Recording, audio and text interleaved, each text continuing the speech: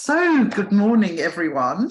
A couple of us, three of us here, sort of ejected out of this amazing weekend in San Diego at Kristen's house, with the dragon trees, beautiful South African apple tree, which is originally where I'm from, underneath the hot tub with full of hummingbirds.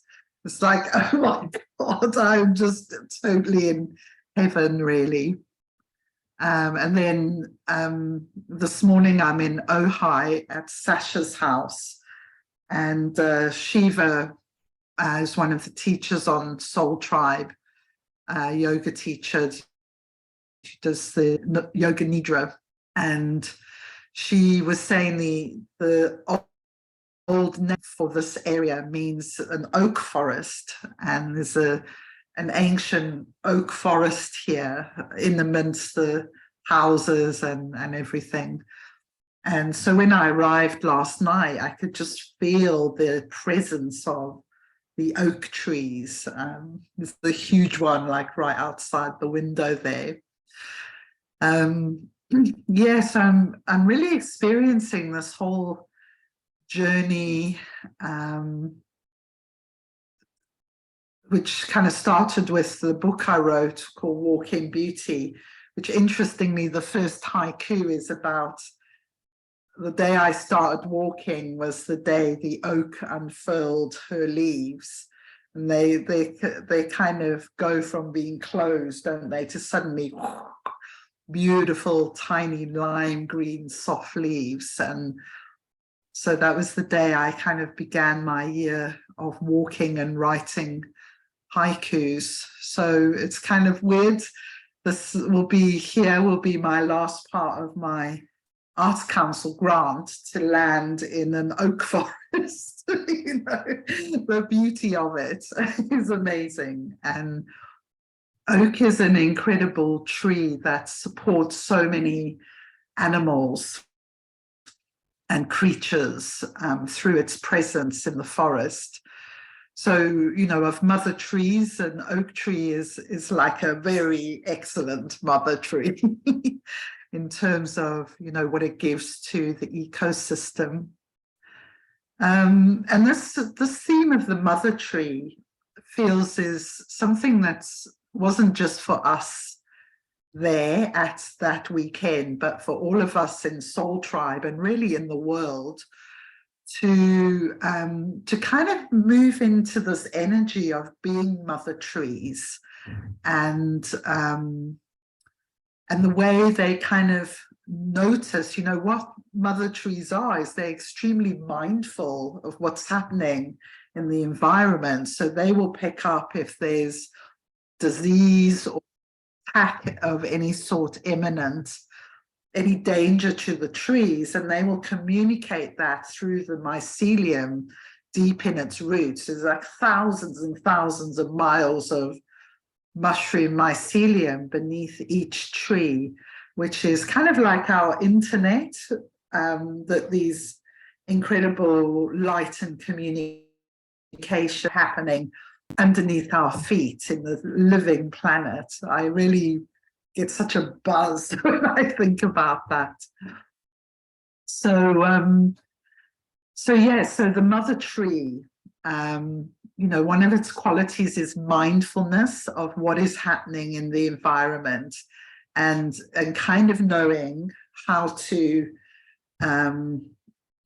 cope with that, the trees have their immune systems like we have our immune systems. And there were some interesting conversations yesterday around diet and immunity and how we can actually build a strong energy body as our immunity, and then that can kind of feels like an important part of a mother tree is to have strong immunity, and we can build that. And I know some of you here, Valencia, Tara, you probably know loads and loads about how to do that, and the yoga really helps us do that, I know.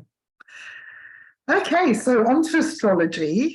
And it'd be interesting to see, because I haven't really had time to look at the chart again, but I've got a feeling the mother tree thing's going to weave into the whole thing somehow. It's bound to. I'm remembering actually how it does. Yeah. So we're going to look at the new moon chart, and it's a very powerful new moon because it happens 49 minutes after the equinox. So the equinox happens when the sun crosses into Aries. The vernal equinox is kind of aligned to Aries, and so 49 minutes after that happens, we have the alignment of the sun and the moon at 0 degrees Aries. And so there's this kind of powerful backdrop of Pluto about to move into Aquarius on the 23rd. So this is a big event. Lots of astrologers are talking about it, and we did something a few weeks back. So if you missed that, you can go and have a look at it in the classes. And then we also had, at the beginning of March, we had Saturn move into Pisces. So this is a kind of interesting energy because Saturn is all about structures, boundaries, limitations. And then you have Pisces, which is the oceanic energy that is boundless and formless and quite chaotic, really, although it does obviously have its incredible intelligence in the rhythms of the ocean. So for me, this Pisces energy is going to first soften hard edges, and it's also potentially going to accelerate the breakdown of the structure of the world, as will Pluto going into Aquarius. That I feel is going to show up in technology as well. But quite interesting, while I've been with Kristen, there's been a kind of big banking crash. So that's the kind of thing you can expect with a structural breakdown. So personally, if I had loads of money, I wouldn't leave it in banks right now. Invest it in nature. That's a good way of investing your money, I think. And community, social housing projects, all kinds of ways you can invest your money that's going to work for the future rather than be kind of hanging on to a past that is, by 2027, we don't know what's going to happen really, but we're going to be having this big shift into the sleeping phoenix energy. And yeah, so it's not like there won't be any more planning ever again. But the whole way our world is structured right now is going to change a lot. So, yeah. Okay, so this is the chart today, which I kind of looked at over a week ago, but it's really fascinating. Oh, and I've managed to leave my notebook upstairs with which gene keys they are, but hopefully I'm going to remember. Okay, so you can see the sun and the moon here in the 7th house. This is for London though, so don't pay attention to the houses too much. And this is degrees 49 minutes. So when I say the new moon is happening 49 minutes after the equinox, you can see this here is those 49 minutes that I'm talking about. So very close alignment of the new moon and the equinox, which gives a lot of kind of boof power. This is the rebirth.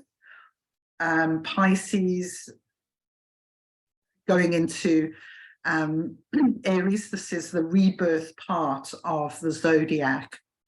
And there's a beautiful Sabian symbol for this point in the zodiac, which is a woman emerging from the sea.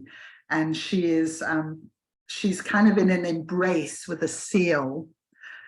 And seal in the gene keys is 55, freedom. So this woman is emerging from the sea, and she holds oceanic consciousness. You know, she holds the wisdom of Pisces, if you like, the whole of Pisces.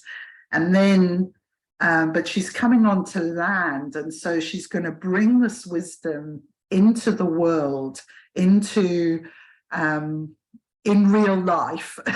So IRL, we've been having jokes all weekend about IRL, in real life, as most of us had never met in real life. Yeah, so what do we do with this wisdom? You know, we've had this amazing year, really, I feel, incredible past cycle. And so we all hold this wisdom, and now is the time that the new seed is born. So this is a time to kind of, you know, really pay attention to your desires, visions that might come to you, things that really excite you, that you might want to put your energy into for the cycle ahead. So this is Gene Key 25, this beginning point of the zodiac. And when the sun reaches this point, the equinoxes, if you like, it's called the cross of the vessel of love. So it's the 5, the 10, the 25, and I think it's the 46 that make up this cross of the vessel of love. So this is all to do with unconditional love, the 25, and the shadow is constriction. And I know it's a feeling I have a lot of. It's like this, oh, you know, when something hurts you and you kind of constrict, your heart just like shuts down. And then the gift is acceptance. And that's, for me, it's like just accepting that the heart is closed down, you know, like noticing the heart is closed down and being in those values of gene keys just are so transformational. Patience, tenderness, and inquiry are such a good beginning point to, you know, what's actually just happened there to me energetically, and how can I begin to kind of open again. One of the lovely experiences I had in Dana Point on the Pacific coast, I had this amazing walk there with Alison, who's part of Soul Tribe. We had an encounter with some pelicans that flew over. They're the Gene Key 19, codependence and sensitivity, which I always feel, I don't know if there's a connection in human design, but I feel a connection definitely with the 19 and the 25, like the constriction and the codependency feel like so interconnected in the way they affect me anyway. Anyway, we saw these pelicans, but we also saw sea urchins. And so having a little play with the sea urchin and just like gently putting my finger there, and it kind of closes, like it's so sensitive. You know, it knows your finger's even approaching, and it closes over your finger. If you never put your finger in a sea urchin, it's really lovely. it's like, oh, it's like, you know, in Avatar where they connect, it feels like that to me. So, yeah, and then you take your finger out, and it's got this beautiful, it's like feeling the ocean, and so this kind of constriction and opening. I feel sea urchin. I don't think it is the dream arc creature, but it's a good one for the 25 for sure, in kind of my experience of that. Okay, so what else is going on here? Oh no, let me talk about this first. So this is the mother tree element, okay? So we've done Ceres before in our classes, and she is the first goddess asteroid to be discovered, and she is the mother energy. She's all about our capacity to nurture, and she's very much connected to our attachment style that came from our mother and her experience, and also our connection with food. You know, whether we have a good relationship with food and how we eat can depend on Ceres in our birth chart. So she's been in Libra for most of this year, and you can see she's retrograde, and she's gone all the way back to 0 degrees Libra. She's here in the first house just in time for the equinox, so she's exactly opposite. So one of the key energies opening at this equinox is Ceres in Libra. In other words, finding the balance, and nurturing. I think equilibrium and balance are good words to bring to it, because sometimes you find people who are being extremely healthy, but they're really out of balance. You know? And they kind of have no pleasure in their life. For example, everything's about sticking to this rigid regime. And then at the other end, you have people, I probably err more towards this end, that love food and wine and things. And so I really have to work on discipline and having those in small quantities and very good quality things has been the way I've kind of trained myself to not be too much overindulgent. But for me, it's all about a balance, you know, and so you can be having the healthiest lifestyle in the world as well, but your heart can be completely closed, and you could be having a you know, quite a kind of I wouldn't say massively unhealthy, but you could certainly be having really lovely things in small, intoxicating quantities, and be very open-hearted and really have a passion and enjoyment of life. So this is what it speaks to me about, you know, and sometimes the story just kind of comes through the field. But it's interesting, it's Libra, I think, to take account of that. You know, if anything's going on, are we in balance?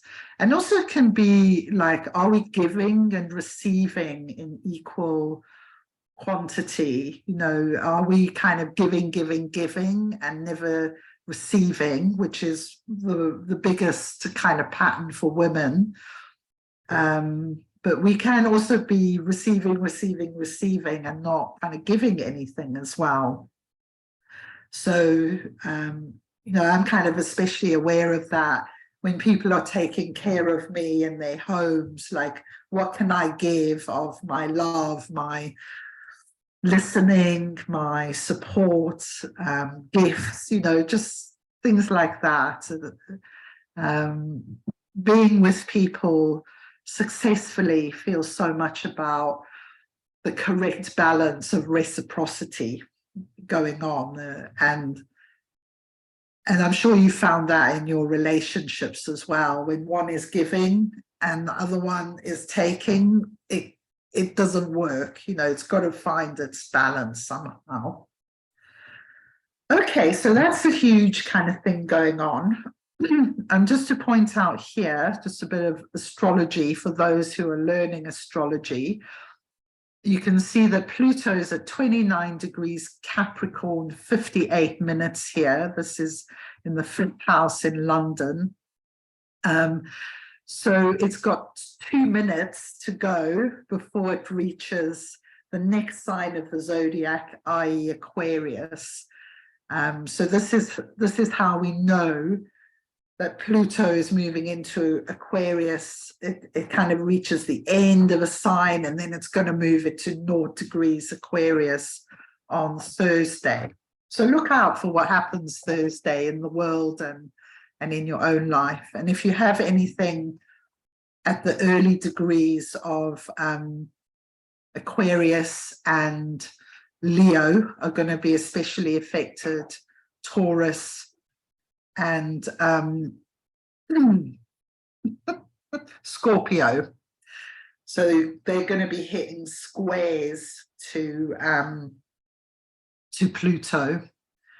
Oh, that's nice. I just realized Pluto's going to be squaring my Venus.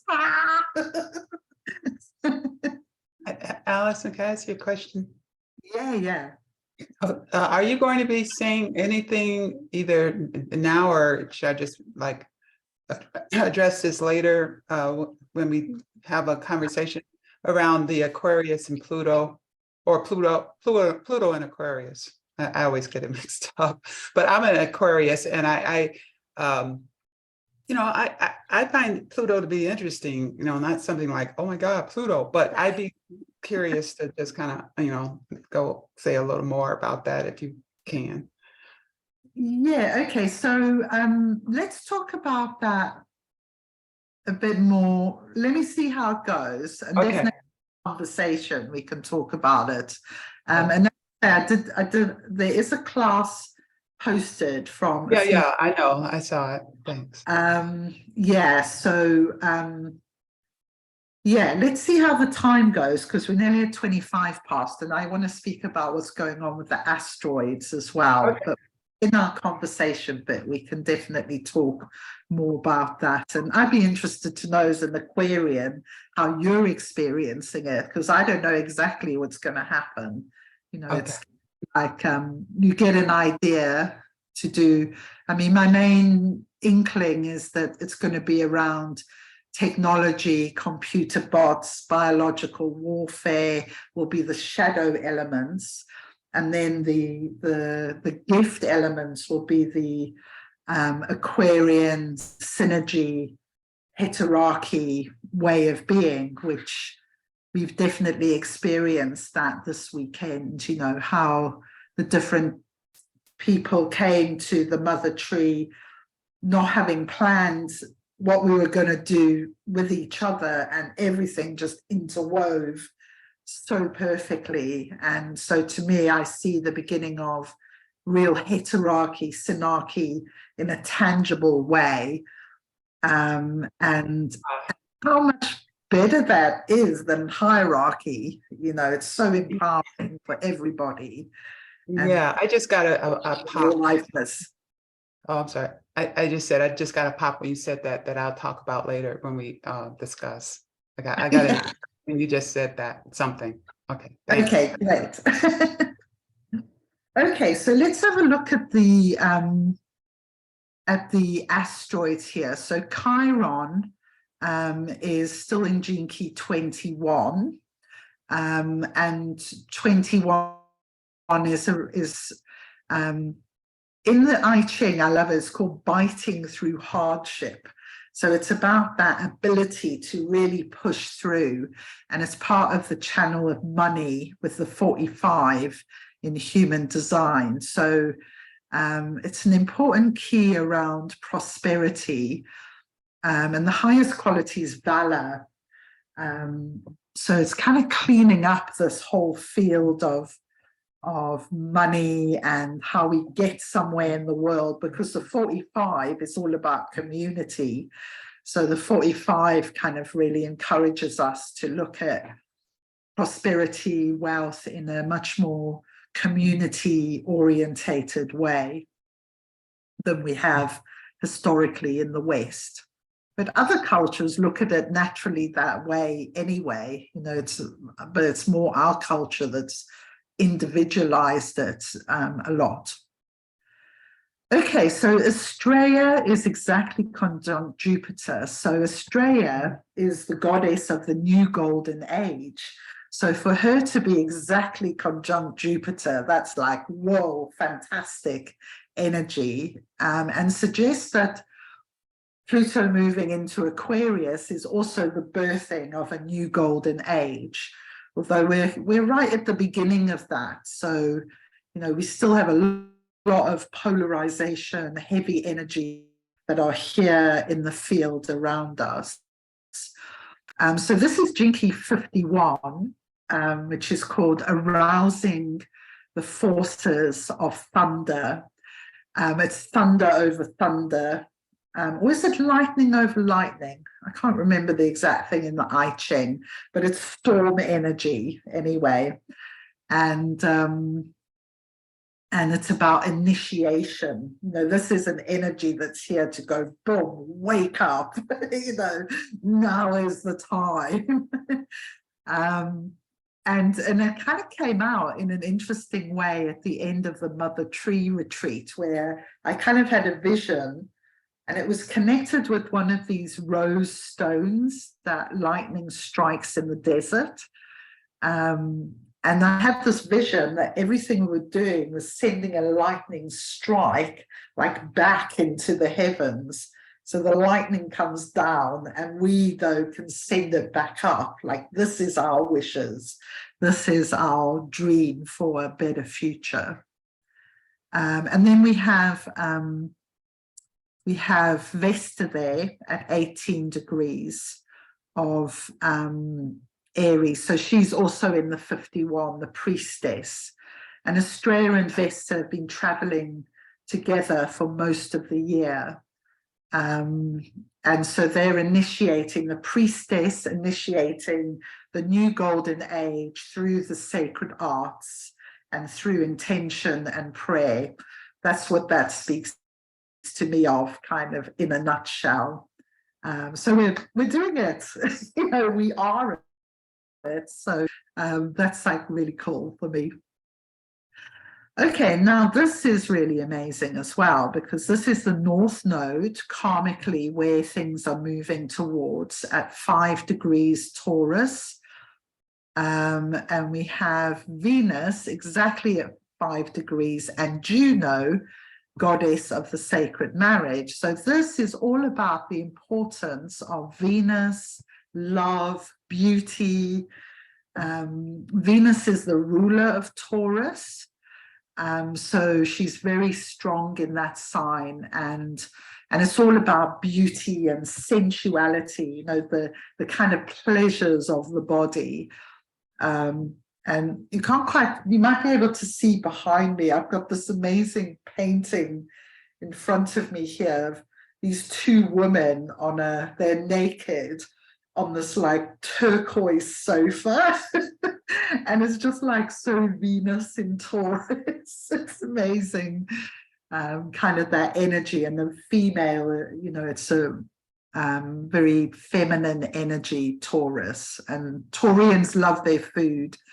I spent my journey with Shiva on the way to Ojai. We mostly talked about how much we love food. And she's a Taurian. I'm a Virgo, another earth sign. So, you know, it feels like, how do we enjoy this journey here on Earth and actually enjoy the harvest of the earth, the fruits, the trees, the animals? And through that, we start to reach this much more high frequency energy where we can actually shift the consciousness of the planet. Whereas if we, you know, grieving is part of what we're doing, but if we get stuck in grieving and feeling guilty and heavy about what's going on around us and angry at the kind of energy that's polarized, we just have polarization greater, and we add to the low frequency hum of the planet. So actually being in our joy and pleasure of life, and our Taurian, our inner Taurian, wherever she lies, we all have Taurus in our chart somewhere. This is a very good energy for her. Okay, so that's all I'm going to say for now, and it'd be lovely to hear what you're experiencing right now and just your take on all of that. And I'm going to stop the recording. So closing now, if you would like to join in this very rich conversation that just happened, which we don't record for YouTube, but if you would like to join live, you can subscribe to Soul Tribe from just $35 a month, and there's incredible offerings, including these weekly astrology conversations that take place. Tomorrow we'll be doing a final pearl integration. I'm going to share more about the culture sphere and my story of what it was like with my 32 line 6 culture, which is all about preservation, meeting Soul Tribe in real life, and Soul Tribe's life work is also this 32 line 6 and kind of what emerged from that. And there'll be opportunity to share your experience. If you did the art integration, you can send that to me as well, and we can have a look at those. From April, I'm actually going to change the Pearl call to 8 a.m. Pacific, because I had made it later for someone to join and they never have. So it kind of works better for me and for other people seemingly earlier in the day, before life kind of gets started and everything else happens. So you'll notice I've put them in the calendar today and they're at 8 a.m. So if you change that in your diaries. So we're on tomorrow, but the following week I've got a week in London where I'm in who knows what accommodation. So I'm not going to do any classes next week. And then I'll be beaming in from France and Eve's house in April. So yeah, so we can really get stuck into the life work. And I'm going to do a series on the oracular asteroids. So we're going to be doing Gaia, Apollo, Hygeia, and Pythia, the Python goddess. So that's kind of to activate further this enhanced, I call it the mermaid chakra. It actually came up in a body talk with Danny that Kristen and I did this. Well, I call it the mermaid chakra. It's kind of out here somewhere that really enhances our seeing abilities. So yeah, I might do some sort of meditation, actually, healing meditation to activate that chakra as well. Okay, so thank you. It's lovely to see you all and see some of you tomorrow, hopefully, as well. And bye. Thanks, Allison. See you tomorrow. Bye. Bye.